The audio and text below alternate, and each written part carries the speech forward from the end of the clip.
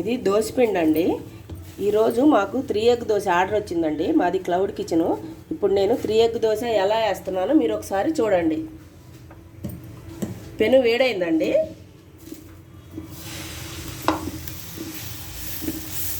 Three egg dosa ఇలా కూడా వేసుకోవచ్చండి. మీరు కూడా ఒకసారి ట్రై చేయండి.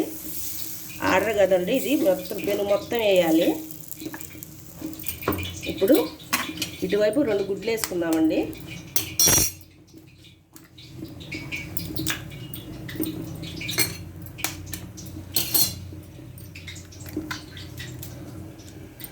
వేసుకొని దీనిపైన నేను తయారు చేసుకున్న నల్లకారం అండి, ఇదిగో చూడండి, 1 స్పూన్ వేస్తున్నాను. దీని మీదే ఉల్లికారం వేస్తానండి. నేను 1 స్పూన్ వేస్తాను. ఇది కూడా ఇప్పుడే తయారు చేశానండి. ఇప్పుడు ఇది మొత్తం కలిపేసుకుందామండి. ఈ 2 గుడ్లు కారం మొత్తం దోశ మొత్తానికి స్ప్రెడ్ చేసేద్దాం. ఈ 2 వేస్తే టేస్ట్ చాలా బాగుంటుందండి. ఇంకా దీని మీద ఏమేయనండి నేను, ఉల్లిపాయలు అవి ఏమేయను. చూడండి ఎలా వచ్చిందో.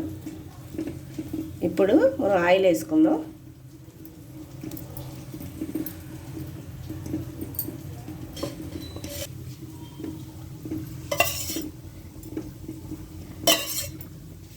చాలండి. ఒక 2 నిమిషాలు కాలనిద్దామండి దోశని. ఇప్పుడు నేను రెండు ఎగ్సే వేసాను. చూద్దాం కాలిందో లేదో.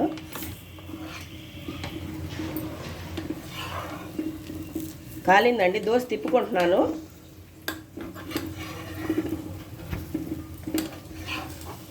మెల్లగా తిప్పాలండి, ఇది దోశ బరువుగా ఉంటుంది.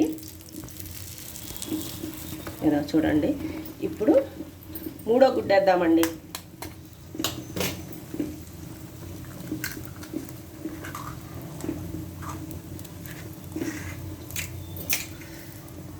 ఇది మొత్తం ఒకసారి ఇలా కలుపుకుందాం. మాకు రోజుకి ఒక 10 దోశలు దాకా వస్తాయండి. 3 ఎగ్ దోశ కానీ 4 ఎగ్ దోశ కానీ. ఈ దోశని మేము మా క్లౌడ్ కిచెన్లో మేము ఎలా ప్యాక్ చేస్తానో కూడా ఈ దోశని నేను మీకు ఇప్పుడు చూపిస్తాను. దోశ మొత్తం చేశాను కదండి. ఇప్పుడు కారప్పొడి వేసుకుందాం. మళ్ళీ ఇందాకలాగే కారప్పొడి ఉల్లికారం వేద్దామండి. కారం ఎక్కువే ఉండాలండి ఎగ్ దోశకి.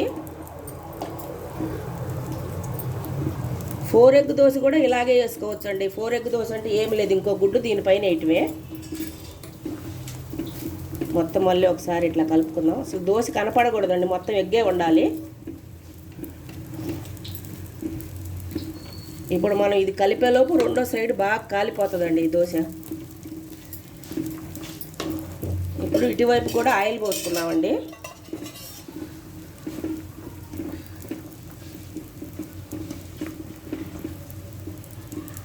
చాలు. ఇది కాలిందో లేదో ఒకసారి చూద్దాం. ఇంకా కొంచెం కాలాలండి. ఇదిగో చూడండి కాలిపోయిందండి. ఇప్పుడు తీసేద్దాం. తిప్పుతాను దీన్ని కూడా. ఇంకా చూసారా, మనం గుడ్డేసి మొత్తం దాన్ని స్ప్రెడ్ చేసేసరికి 2వ వైపు కూడా కాలిపోయింది. ఇప్పుడు ఇటు సైడ్ కూడా అట్టాగే కాల్చుకుందాం ఒక 2-3 నిమిషాలు. ఇప్పుడు నేను మీకు దీన్ని ఎలా ప్యాక్ చేసి ఇస్తానో కూడా కస్టమర్లకు చూపిస్తా. దోశ కాలిపోయిందండి, తీసేస్తున్నాను. మీకు తిప్పి చూపిస్తాను చూడండి. ఇందాక దోశ మీద గుడ్డేసేటప్పుడు తెల్లగా ఉంది కదా, ఇదిగో చూడండి ఎలా ఎర్రగా అయిపోయిందో. ఇప్పుడు దోశ రెడీ అయిపోయిందండి మనది 3 ఎగ్ దోశ. ఇప్పుడు తీసేస్తున్నాను. ఇది ఒక్కటి తింటే చాలండి, కడుపు నిండిపోతుంది, మధ్యాహ్నం వరకు ఆకలి అవ్వదు. ఇప్పుడు నేను దీన్ని ఎలా ప్యాక్ చేస్తానో చూపిస్తాను. రెడీ. ఇదిగోండి కట్ చేస్తున్నా చూడండి. ఇలా కట్ చేసి ఇదిగోండి చూడండి కవరు దీని మీద వేద్దాం. ఇలా వేస్తానండి నేను. ఇలా వేసి ఇప్పుడు నేను సీల్ కొట్టేస్తాను. ఇలా సీల్ కొట్టేసేయటమేనండి. దోశ అరగంట అయినా చల్లారదండి.